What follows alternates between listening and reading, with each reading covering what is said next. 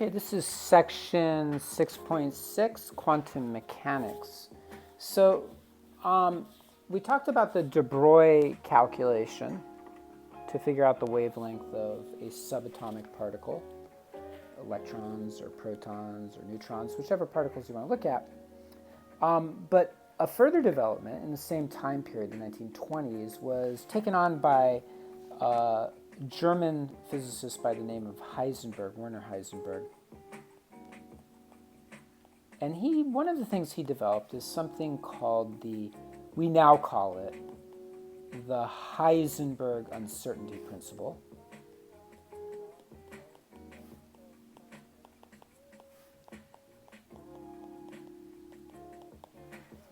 Which says that there are two quantities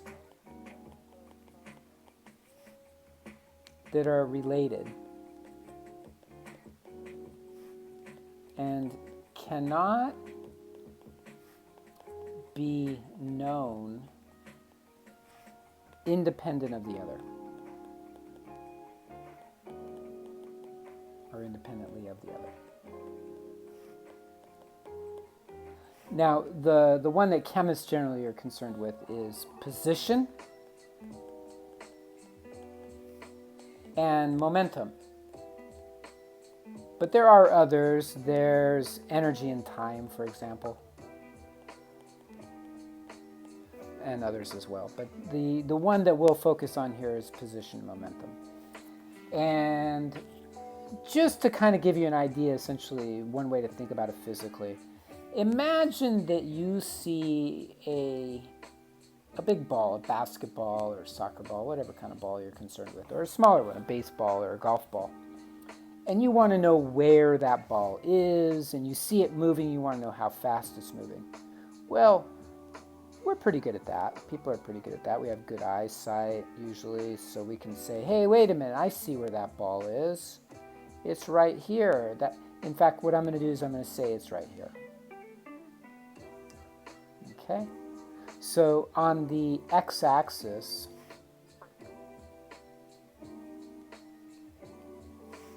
we could say that the ball starts right here,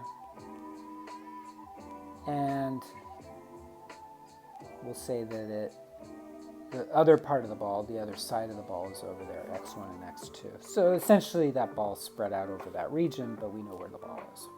Now imagine the ball is moving. Imagine it's moving away. So over time, it is now over here. Right? So what we could do with our brains and our eyes is a pretty good calculation. We could say, wait a minute, okay, I see what's happening. The ball is moving from this point over to this point in a certain amount of time, right? So let's take the left side of the ball. And we can say, hey, wait a minute, the left side of the ball has moved this far in some period of time, right? Delta t, we'll call that, right? It took some amount of time for that ball to move that distance. And the distance itself, we could figure that out as well, right? Delta x, we'll call that. That's the positional change. That's the displacement of the ball, how far it moved moving away from us, okay? And we could say, hey, there's a velocity associated with that. The velocity would be this displacement divided by the time that elapsed, delta t, okay? And, we could measure that with our eyes roughly, figure out how fast it's moving. We all know how far a yard is, or a few feet, and we all know what a second is, and we can measure. Now, how are we actually doing the measurements when this happens? One way that we're doing it is we're essentially using the light coming from probably the sun. And what's happening is the light from the sun is bouncing off the ball and then coming into our eyes. And so really what we're doing is our eyes and our brains are doing a calculation. Well, our eyes are doing the sensing and our brain is doing the calculation of the changes in the intensity of light that's getting to our eyes to figure out how fast it's moving and to figure out where it is. And imagine that we decided to put our best physicists at this, at solving the following problem. Our engineers and our physicists. And the engineers and physicists want to do the following measurement. They want to do the same thing for an electron. They want to know where the electron is and how fast it's moving. Okay, so it has a velocity to the right, and it has a position on some x-axis. Okay? And we want to use the best technology we can. We might employ laser beams and so forth and so on. And here's what happens when we try to do this experiment. We want to know the velocity perfectly. And we want to know the position perfectly. Okay? Meaning, if I tell you the velocity is 63 meters per second, that speed is plus or minus 0 meters per second. It's not 63.1. It's not 63.01. It's not 63.001. It is exactly 63. We want to be able to measure the speed perfectly with 0 error. So this plus or minus term, this would be our error for the measurement.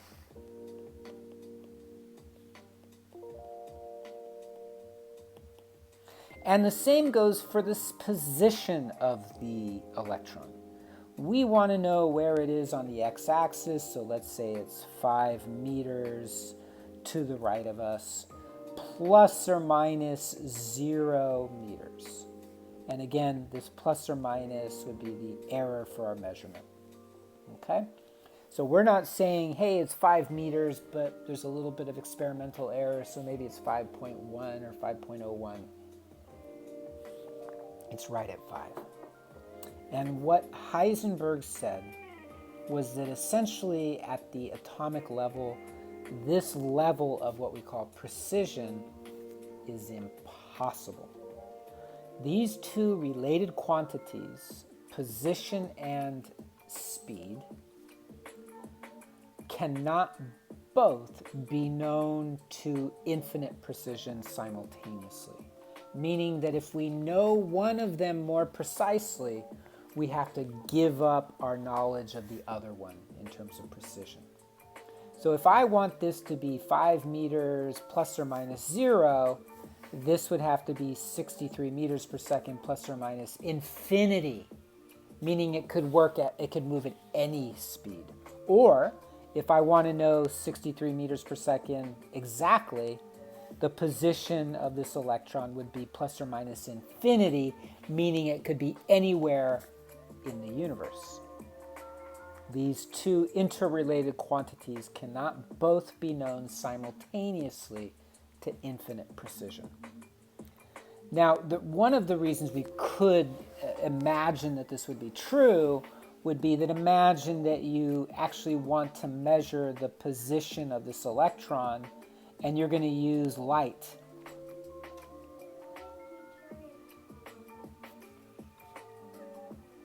Light has an inherent wavelength, and it turns out that the wavelength affects how precisely you can know the position, right? This is true in microscopes. If you use a light microscope, there are limits to how small the details you can see in the image of what you're trying to take a look at, right? So if you want to know more precisely the position, you want to increase the resolution of the microscope, you have to use shorter wavelengths. This is actually an issue that has arisen in the semiconductor industry, which is to make smaller and smaller circuit sizes. Imaging is part of the process. You have to be able to use shorter and shorter wavelengths. They're now at the point where they're getting close to having to use X-rays in order to be able to produce these tiny, tiny circuit elements. So the problem here is that when the wavelength gets shorter, remember the energy of a photon is inversely proportional to the wavelength. So if this gets smaller, the energy of the photon increases. And what happens is, when the photon collides with the electron or the particle, the more energy it has, the more it moves the particle. The particle's velocity and position change. So by knowing the position better, by using a shorter wavelength, you're actually changing the velocity more and knowing the velocity less precisely. Okay, so that's a physical interpretation of the Heisenberg uncertainty principle. An analogy. Now, mathematically, Heisenberg wrote it as this: delta x, or we can write it this way, times the mass times the uncertainty in the velocity has got to be greater or equal than, at least equal to, but greater than perhaps, h over 4 pi. And remember, this is Planck's constant.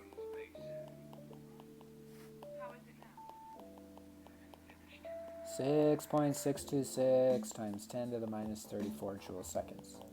And this is pi. This is the constant pi, 3.1415927, blah, blah, blah, right? This is the mass of the particle that we're concerned with. This is the uncertainty in the position of the particle.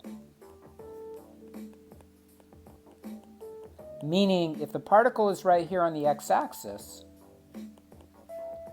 is the particle in this range, or is it perhaps in this range, or is it perhaps in this range? That's the uncertainty in the position. Okay, so the one on the bottom has the most uncertainty. It could be anywhere in that range. And the same is true for delta U. This is the uncertainty in the speed.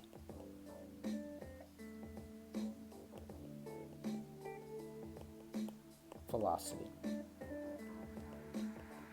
of the particle. Okay, so this would be the mass of the particle. So that has got to be greater. That product of those three numbers has got to be equal to or greater than this constant over here on the right, h over 4 pi, okay, which can be calculated. All right, so that's the Heisenberg uncertainty principle. It has, as it turns out, ramifications for our consideration of the electron. Because what it says is we can no longer think of the electron as a particle with a definite position. So if you think about it, even in the Bohr model, the Bohr model says you've got this tiny nucleus that has a proton, and the electron is in orbit around the nucleus, right? But we're still thinking of it as a little particle that's with a definite position, perhaps a radius from the nucleus, and a speed, right? It's moving in circular or spherical motion. So we should be able to know its position and its velocity. What the Heisenberg uncertainty principle says is that for that small particle, that very light particle, 10 to the minus 31 kilograms, the mass of the electron, there's going to be some uncertainty in its position, and there's going to be some uncertainty in its velocity, and those two uncertainties are connected to each other. Now, jumping ahead to several years of research, we come to what's called the Born interpretation.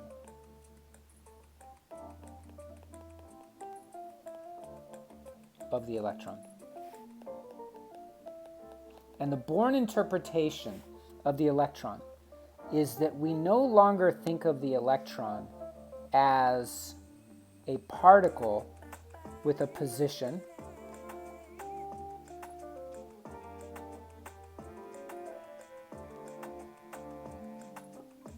let's bring this up here.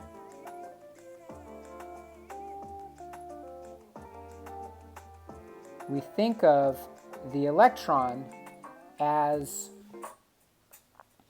a phenomenon which is we can consider the probability of its position. So we think of it now in terms of probabilities.